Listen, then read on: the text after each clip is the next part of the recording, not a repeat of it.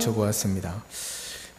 사람들이 어떤 직위를 주어지게 되면 첫 번째 어떠한 일을 하느냐가 매우 중요하다고 볼 수 있습니다. 우리나라에도 대통령이 취임하면 그 대통령이 가장 첫 번째 하는 일에 많은 사람들이 관심을 갖게 됩니다.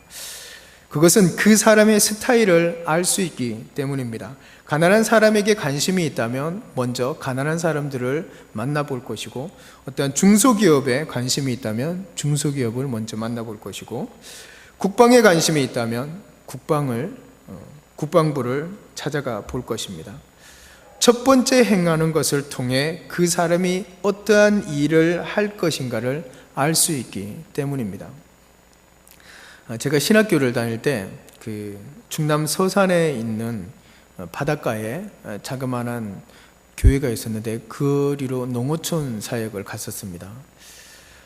정말 가서 놀랐던 게 파리가 정말 그렇게 많은 것은 제가 돼지 키울 때 빼고는 처음 봤습니다.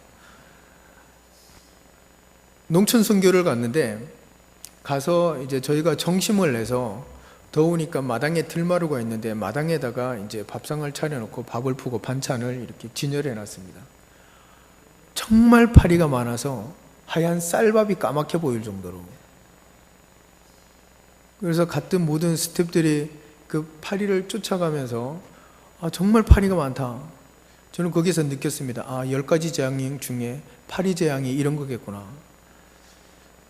그랬는데 저희가 그 서산에 있는 교회를 처음 방문했을 때 만약에 밥을 차려놓고 밥을 먹는데 파리가 그렇게 많은 것을 보고 더러워, 내가 정말 이 밥은 이 파리들과 같이는 못 먹겠다, 그렇게 하고 짜증을 냈다면 아마 그 교회를 담임하고 있는 목사님은 저희들을 복음을 전하러 온 사람으로 보지 않았을 겁니다. 우리가 만약에 그렇게 파리에 대해서 기분 나빠하고 더러워한다면 그곳에서 사역하고 그곳에서 사시고 있는 목사님과 그 마을 주민들은 어떻게 했습니까? 우리가 만약에 그 파리에 대해서 너무나 혐오감을 갖는다면 그곳에 사시는 분들은 참 저러면서 무슨 복음을 전하러 온대? 이렇게 하고 우리가 같은 선교팀들의 첫 이미지는 꽝이었습니다. 그러면 그들에게 돌아다니면서 복음을 전해도 그들은 마음을 열지 않을 겁니다. 하지만 제가 그때 전체 총괄을 맡은 이제 회장으로 이렇게 갔었기 때문에 제가 불러놓고 그랬습니다. 파리랑 같이 먹어라. 그리고 이 야채에다가 마요네즈 넣고 이렇게 샐러드를 만들어 놨는데 정말 먹음직스러웠는데 파리가 앉으면 못 날아가요. 붙어가지고. 그러면 그거 어떻게 이렇게 주워내고 또 그걸 이렇게 아무 군소리 하지 말고 먹어라. 그래서 한 명도 불평불만하지 않고 왔는데 목사님이 그 모습을 보시고 본인 스스로가 너무나 미안한 나머지 와서 파리가 많죠 이러고 쫓고는 목사님도 그 상에 앉아서 같이 식사를 하시더라고요. 그래서 생명을 살리는 일은 파리도 막을 수 없다. 그렇게 해서 저희가 서산에 가서 선교를 하고 온 적이 있습니다. 이렇듯 첫인상은 매우 중요합니다. 사람이 처음 행하는 일을 통해 그 사람에 대한 기대를 하게 됩니다. 오늘 본문에 예수님이 처음 하신 일은 가나 혼인잔치에 가셨던 것입니다. 잔치라고 하면 먼저 기쁨이 있고 즐거움이 있는 곳입니다. 예수님이 계신 곳에는 첫 번째 잔치가 있다는 겁니다.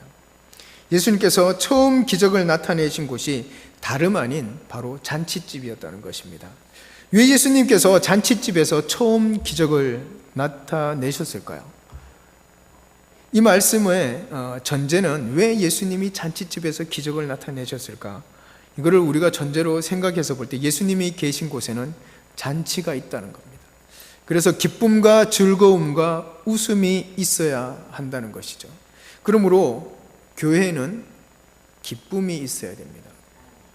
즐거움과 웃음이 가득해야 되는 곳이 바로 교회입니다. 왜요? 예수님이 함께 계시는 곳이기 때문에. 본문 11절에 예수님께서 이 표적을 갈릴리 가나에서 행하여 그의 영광을 나타내심에 제자들이 그를 믿으니라. 예수님께서 첫 번째 기적을 행하신 곳이 가나의 혼인잔치라는 것을 강조하고 있습니다. 기독교는 기쁨의 종교입니다. 그리고 사랑의 종교입니다. 예수님이 계신 곳에는 사랑과 기쁨이 넘치는 잔치 분위기가 되어야 된다는 것입니다. 잔치집에는 무엇이 있습니까? 먼저 기쁨이 있고 감격이 있고 사랑이 있고 축하가 있고 빠지지 말아야 될 게 배부름이 있어야 돼요. 그리고 넉넉함이 있고, 나가선 예수님도 가나 혼인잔치에서 춤을 추셨죠, 그죠? 춤이 있고 노래가 있고 음식이 있고 웃음이 있는 곳이 바로 잔치집입니다. 예수님께서 잔치집에 오셨습니다. 또한 우리에게 오셨습니다. 우리 교회에 오셨습니다. 그러므로 이런 모든 것이 성도의 모습 가운데, 교회의 모습 가운데 잔치가 있어야 된다는 것입니다. 예수님이 오시면 풍성해지니까 그래요. 풍성해지니까. 요한복음 10장 10절에 보면 예수님이 오셨을 땐 풍성함이 있었습니다. 그죠? 그런데 요한복음 10장 10절에 보면 도적이 오는 것은 도적질하고 죽이고 멸망시키는 것 뿐이요 내가 온 것은 양으로 생명을 얻게 하고 더 풍성하게 얻게 하려 함이라고 예수님이 말씀하셨습니다. 그래서 예수님이 오신 곳에는 풍성함이 있어야 된다는 것입니다. 잔치가 있는 곳에는 풍성함이 있습니다. 예수님이 이 땅에 오신 것은 우리를 더 풍성해지고 더 넉넉해지도록 하기 위해서 오셨다는 것입니다. 성도들에게는 풍성함과 넉넉함이 있어야 됩니다. 어떻게 하면 풍성하고 넉넉해질 수 있겠습니까? 예수님이 오셔서 우리에게 은혜를 베푸심으로 풍성히 채워주셨습니다. 예수님이 그 은혜의 풍성함을 우리가 받아 누리고 그 풍성함을 나누어 주는 것입니다. 나누어 줄 때 더 풍성해진다는 것입니다. 잔치집에 가면 과거에는 그랬죠. 시골에서 어떤 결혼식이 있거나 지금은 그 결혼식에 가도 식권을 안 가지고 들어가면 돈 내고 들어가야 됩니다. 그죠? 근데 시골에서 멍석 깔아놓고 잔치할 때는 우리 학생들은 잘 모르겠지만 결혼식이 있거나 뭐가 잔치가 있으면 지나가는 거린도 그냥 들어와서 풍성히 대접받고 갑니다. 근데 그가 돌아갈 때 풍성히 배에 채워서 가지만 그의 자녀들도 다 채워서 갑니다. 근데 갈 때 어떡하죠? 더 싸주죠. 이게 나누는 것입니다. 잔치집에.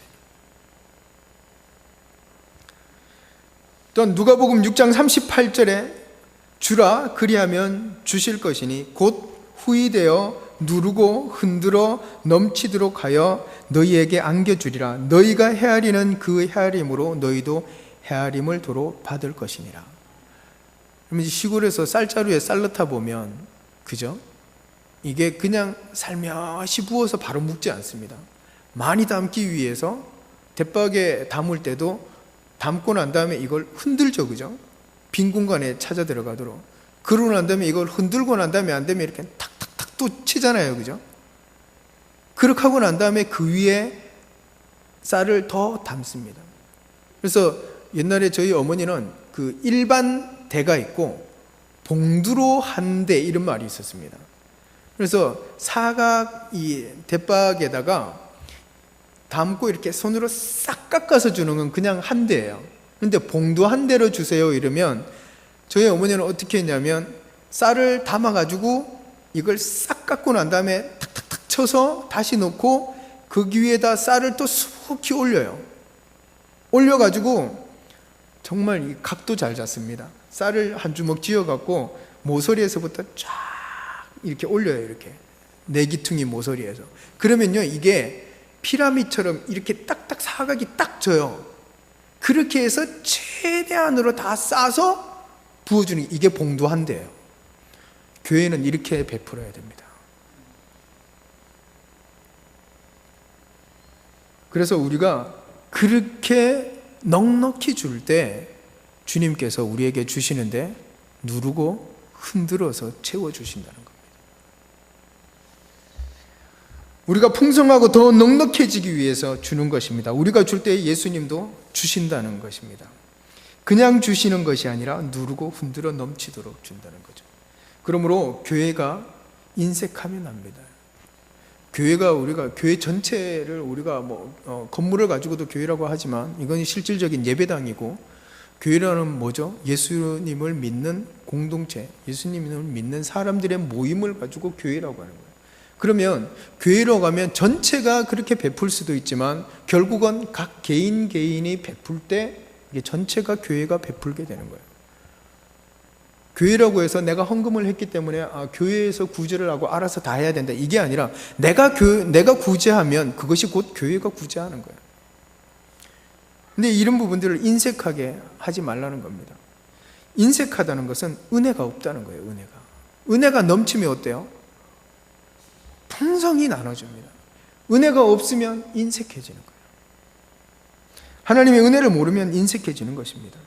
우리가 받은 은혜가 없으면 나누어 줄 수가 없다는 것입니다. 우리가 어려운데, 오늘 주고 나면 텅 비어서 아무것도 없는데, 오늘 먹고 나면 아무것도 없는데 어떻게 줄 수 있단 말입니까? 하지만 우리가 나누어 줄 때 더 풍성히 채워주신다는 것을 확신하신다면 우리는 줄 수 있습니다. 날마다 넘치도록 부어주신다는 확신을 가진다면 우리는 충분히 나눠줄 수 있다는 것입니다. 우리가 어렵다고 안 주면 어떻게 해요? 더 어려워지는 거예요. 잠언 11장 21절에 흩어 구제하여도 더욱 부하게 되는 일이 있나니 과도히 아껴도 가난하게 될 뿐이니라. 10원짜리 하나까지 막 너무 아끼고 막 따지고 이러면 모으고, 나는 아낀다고 해서 열심히 모으는데 베풀지 않으면 가난해진다는 거예요. 흩어 구제하여도, 내가 없지만 그냥 이 사람 저 사람 필요한 사람들 내 주머니 털어서 그들을 구제하면 가난해질 것 같은데 부유해진다는 거예요. 왜요? 예수님이 너희가 주라 그러면 주실 것이라. 우리가 주면 주님이 우리를 채워주신다는 겁니다. 우리가 과도히 안 주고 아끼고 이러면 결국은 그냥 가난해진다는 거예요. 그냥 그 모양 그 꼴로 살다가 그렇게 가는 거라는 거예요. 그래서 우리는 나누어 줘야 됩니다. 이건 너무 과도히 아끼려고 하지 마시기 바랍니다. 좀 주머니를 이렇게 느슨하게, 없지만.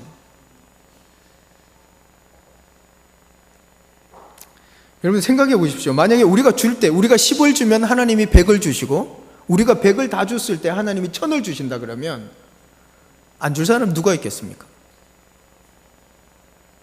비워지면 주님이 채워주신 줄 믿으시기 바랍니다. 그 채워주시는 주님을 믿으시고 우리의 스케일을 좀 키웠으면 좋겠어요. 지난번 그 학생부 캠프를 갔는데 저녁 집회하는 그 강사 전도사님이, 지난번에 우리 초청했던 비제오 집에 왔던 그 한규석 전도사님이 저녁에 둘째 날 집회를 하면서 학생들한테 그러더라고요. 거기는 미자리 개척교회들만 모여서 하는 집회거든요. 그러니까 애들이 우리 교회는 어려워요. 우리 교회는 너무 가난해서요. 모여도 뭐 간식도 제대로 없고요. 힘들어요. 어려워요. 이런 말들을 많이 합니다. 근데 이 전도사님이 뭐라 그러냐면 그렇게 하지 말라는 거예요. 그렇게 하지 말고 목사님한테 당당하게, 목사님 저 나중에요 돈 많이 벌어서요 내가 이 교회에 헌금 제일 많이 할게요. 한 10억 정도 벌어서 한 1억 정도 헌금하고 한 3천만 원 딱 떼서 목사님 딱 두고, 목사님 그동안 수고하셨으니까 한번 해외여행 한번 다녀오세요.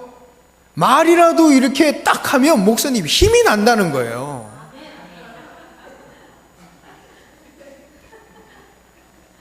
말이 아니라 정말 그렇게 할 때, 그러한 어떠한 그 목표를 가지고 할 때 하나님이 안 채워주시겠습니까? 내가 쓰는 게 아니라 하나님 내가 교회를 위해서 쓰겠다고 하는데, 하나님 나라를 위해서 쓰겠다고 하는데, 우리 학생들 목사님한테 항상 그렇게 얘기하시기 바랍니다. 목사님 나중에 내가 한 10억 벌어서 한 1억 정도 교회 11자 하고 나머지는 목사님 사모님 여행 시켜드리고 할 테니까 목사님 오래오래 사시고 제가 10억 벌 때까지 사세요. 그렇게 좀 해서 좀 힘이 되고 서로 함께 넉넉하게 좀 스케일을 키울 수 있는 우리 영락교회가 될 수 있기를 소망합니다. 너희가 헤아리는 그 헤아림으로 너희도 헤아림을 도로받을 것이라고 주님은 말씀하십니다. 우리의 신앙이 잔치가 되고 풍성이 나누어주는 기쁨이 넘치는 삶이 되시기를 또한 소망합니다. 두 번째, 주님이 계신 곳에는 부족함이 채워진다는 것입니다. 3절에 포도주가 떨어졌습니다. 예수의 어머니가 예수에게 이르되 저들에게 포도주가 없다 하니, 그러니까 예수님이 어쩌라고? 어머니가 예수님 포도주가 없어요. 그러니까 예수님이 뭐라고요? 어쩌라고요? 아직 내 때가 아닌데. 근데 여러분 생각해 보십시오. 잔치집의 당위성은 뭐냐면 풍성함이에요. 넉넉함.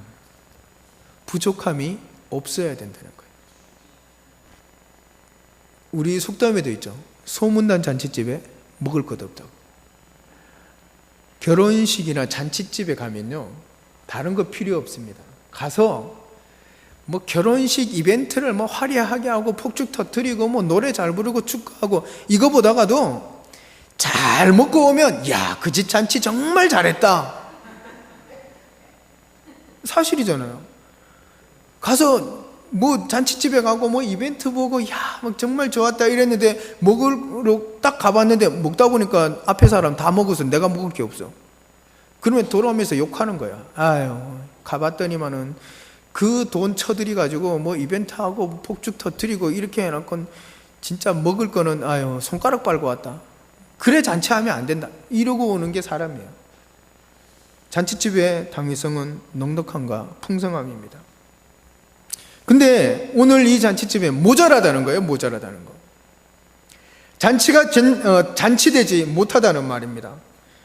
원망, 불평, 불만, 걱정, 근심, 혼란, 책임전가, 변명, 방황, 큰소리, 이런 것이 왜 나는 것입니까? 부족하니까 그런 거예요. 부족하니까. 저희 집도 부족해서 애들이 맨날 싸웁니다. 그래서 어느 전도사님이 그랬습니다. 사줄 때 부족하게 사주지 말고 3명이 먹고 배 터지도록 한번 사줘보라고. 그러면 안 싸울 거라고.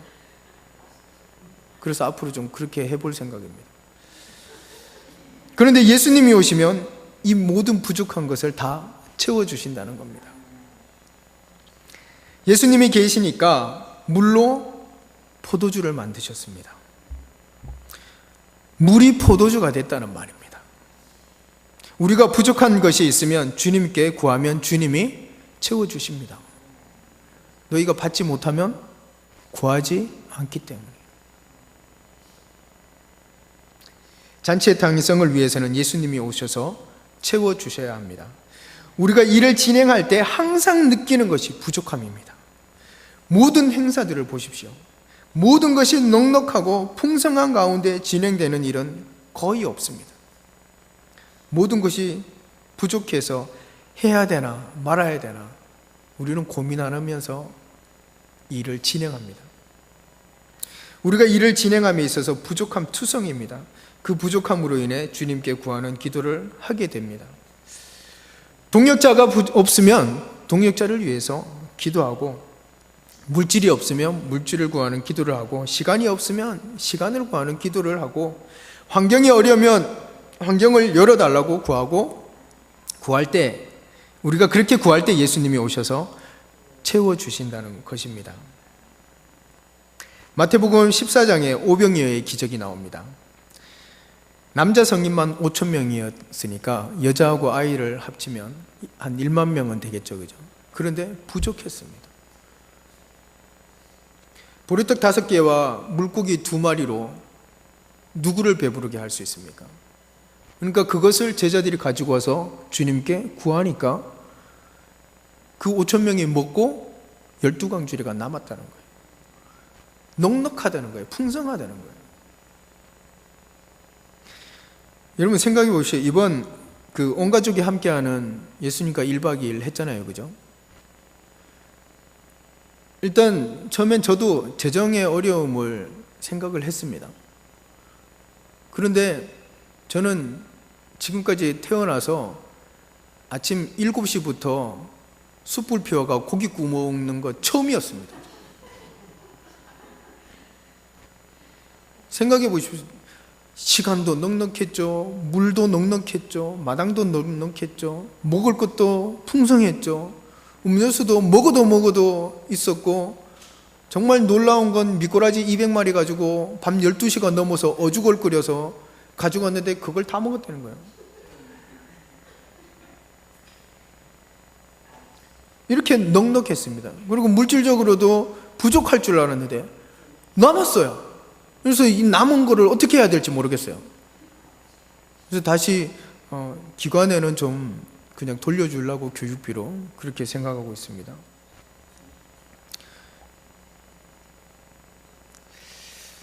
우리가 이렇게 서로 부족하나마 기쁨으로 내가 내 물질을 좀 드리고 서로 함께 나누면요, 혼자 하면 부족한데 여러 명이 합심해서 하면 남음이 있습니다. 남음이. 우리가 그게 여유가 없다가 보니까 자꾸 부족하다, 어렵다 이러니까 못하는 거예요. 그래? 모아봐, 나머지는 내가 할게, 이런 얘기 좀 하면. 그렇잖아요. 직장 생활 할 때도 저는 그랬습니다. 직장에 대부분 회식 가면 누가 사죠? 사장님이나 팀장이 사요. 그죠? 각 팀의 팀장이 사요. 근데 저는 딱 가면 하루는, 자주는 그러지 않았습니다. 자주는 그러지 않았는데 한 12명이 야 오늘 밥 먹으러 가자 이렇게 해서 딱 나가면 그날은 이 팀장님이 먼저 딱 하기 전에 제가 가서 계산 딱 해요. 그럼 나중에 팀장님이 딱 가서 계산하려고 했다면 계산됐습니다. 누가 이러면 접니다. 그러면 이 팀장님이 무시를 안 해요. 그런데 맨날 가서 얻어만 먹잖아요. 그러면 그거 아랫사람으로 보는 거예요. 그냥. 그런데 때로는 내 주머니 딱 열어서 내가 한번 딱 사면 저 사람 달라 보이는데 이렇게 되는 거예요. 좀 스케일이 커지잖아요. 나 밥 한 번 샀다. 그러니까 그렇게 우리가 좀 살 수 있는 좀 여유와 좀 넉넉함이 있었으면 좋겠습니다. 바로 예수님이 계신 곳에는 그러한 여유가 있다는 거예요. 그러니까 예수님을 믿는 우리 크리스찬들이 그러한 좀 넉넉함이 있어야 된다는 거예요. 세 번째, 주님이 계신 곳에는 처음보다 나중이 더 낫다라는 것입니다. 10절에 보면 사람마다 먼저 좋은 포도주를 내고 취한 후에 낮은 것을 내거늘 그대는 지금까지 좋은 포도주를 두었도다 하니라. 잔치에 포도주가 부족했습니다. 근데 예수님은 부족한 포도주를 채워주셨습니다. 양도 채워주셨습니다. 질적으로도 더 좋게 채워주셨습니다. 예수님이 오시면 양적인 것뿐만 아니라 질적으로도 더 나은 것으로 채워주신다는 것입니다. 예수님을 믿고 살아가는 사람들은 처음보다 점점 더 삶이 풍성해진다는 것입니다. 때로는 갈등이 있고 어려움도 있지만 예수님이 함께 하시면 풍성해지고 더 넉넉해진다는 것입니다. 우리가 넉넉해지지 못하는 건요, 내 욕심 때문에 그런 거예요. 과도히 아껴서. 근데 크리스찬들은 예수님을 믿고 말씀대로 순종하고 살아가면요, 부족함이 없습니다. 제가 20대 초반부터 계속 기도했던 게 뭐냐면 아굴의 기도였어요. 하나님 나라와 하여금 가난하게도 마옵시고 부하게도 마옵시고. 그러니까 안 채워주더라고요. 항상 그대로예요. 그래서 제가 결혼하고 신학하기 전에 제 사업을 하려고 기도를 하는데, 하나님 이제 아굴의 기도는 좀 덮어놓고요, 조금만 더 채워주세요. 그런 기도를 했었는데 요즘에 다시 아굴의 기도를 하게 됐습니다. 왜냐하면 신학교에서도 신학생들이, 모든 사람들이 물으면 신학생들은 가난하다 이렇게 얘기를 해요. 근데 저는 하나님이 항상 필요를 따라서 넉넉하기는 아니지만 그래도 그 필요에 따라서 지금까지 다 채워주셨어요. 저는 그게 너무 감사한 거예요. 이번에 장흥의 어린이 사역도 갔었잖아요. 제가 뭐 돈이 있습니까? 한 22명 대학생들 데리고 가는데 돈이 없는 거예요. 그런데 가겠습니다 하고 대답하고 나니까 돈이 들어오는 거예요. 농구촌 선교연구소에서 한 100만 원, 지혜로운 아이들 선교회에서 얘기도 안 했는데 100만 원, 처음에는 50만 원 준다 그랬다가 막 스태프들이 모여서 50만 원 가지고 무슨 사역을 하게 하느냐, 자기들끼리 막 싸우고 100만 원 줘야 된다 이래갖고 100만 원 채워주고, 그래서 주위에 또 그 페이스북에다 좀 올렸더니만 주위에 아는 동료 전도사들하고 아는 분들이 한 70만 원 채워줬어요. 그래서 한 300만 원 가지고 갔다 왔는데 쓰고 마이너스 8천 원. 그래서 주님, 요거는 제가 아마 음료수 사 먹은 것 같습니다. 제 개인적으로 산 거니까 이건 아마 그렇게 하나님이 계산하신 것 같아서 그게 감사했어요. 딱 맞게 떨어졌어요. 제가 뭐 계획했나요? 하나님이 하라고 하신 부분들에 있어서 순종해서 하니까 채워주시더라는 겁니다. 세상은 그러죠. 세상의 이치는 용두삼이라고 합니다. 처음에는 좀 좋았다가 점점 갈수록 흐지부지해지는 게 세상의 이치예요. 하지만 예수님은 그렇지 않다는 겁니다. 세상에 술꾼들 가운데 불문율이 있다고 합니다. 술 먹으러 가면 처음에는 맨정신일 때는 좋은 술을 내놨다가 좀 취하고 정신없으면 물 타고, 그렇게 해서 나중에 나올 때 물배만 가득 채워서 나오고 그렇게 한다고 합니다. 그런데 세상은 이렇지만 우리는 예수님은 안 그렇다는 거예요. 여러분들 과일집에 가서 과일 사봐도 그렇죠. 위에는 막 굵직굵직한 거, 정말 먹음직스럽고 보암직한 거 막 얹어놓고, 야 이거 좋다 하고 잘 샀다 이러고 돈 주고 집에 와서 딱 열어서 위에 거 딱 드러내면 속에는 막 시도 짜는 거 들어있고 이렇잖아요. 세상은 그렇다는 거예요. 근데 예수님은 아니라는 것입니다. 또한 젊은 부부들이 손잡고 교회에 오는 것을 보면 참 좋을 때다 이렇게 얘기들 하시잖아요. 그리고 돌아서서 에이 철없는 것들도 이러고. 그러나 나이 지긋하신 우리 장로님하고 권사님이 다정하게 손잡고 이렇게 오는 거 보면 젊은 사람들이 봐도 정말 아름답다. 그런데 그분들이 뭐 물질적으로 풍성해서 넉넉하게 살아서 그게 아름다워 보이는 게 아니라 그 모습 그 자체에서 넉넉함이 보이는 거예요. 그러니까 우리가 젊었을 때 신앙생활 하는 것보다 나이 들어서 함께 부부가 손잡고 신앙생활 하는 거, 그걸 봤을 때 그게 더 풍성하다는 거예요. 앞으로 우리 권사님하고 장로님 손잡고 오시는 모습을 볼 수 있었으면 좋겠습니다. 그래서 그 사람들이 그런 얘기도 하죠. 신혼보다가 구혼이 더 낫다. 그런 얘기를 합니다. 그렇지 않으세요? 근데 이 모든 것이 예수 안에서, 예수님이 계신 곳에서 이게 더 풍성하고 넉넉해지기 위해서는 반드시 필요한 것이 있다는 것입니다. 그게 무엇이냐면 순종이라는 겁니다. 5절을 보면은 그의 어머니가 하인들에게 이르되 너희에게 무슨 말씀을 하시든지 그대로 하라.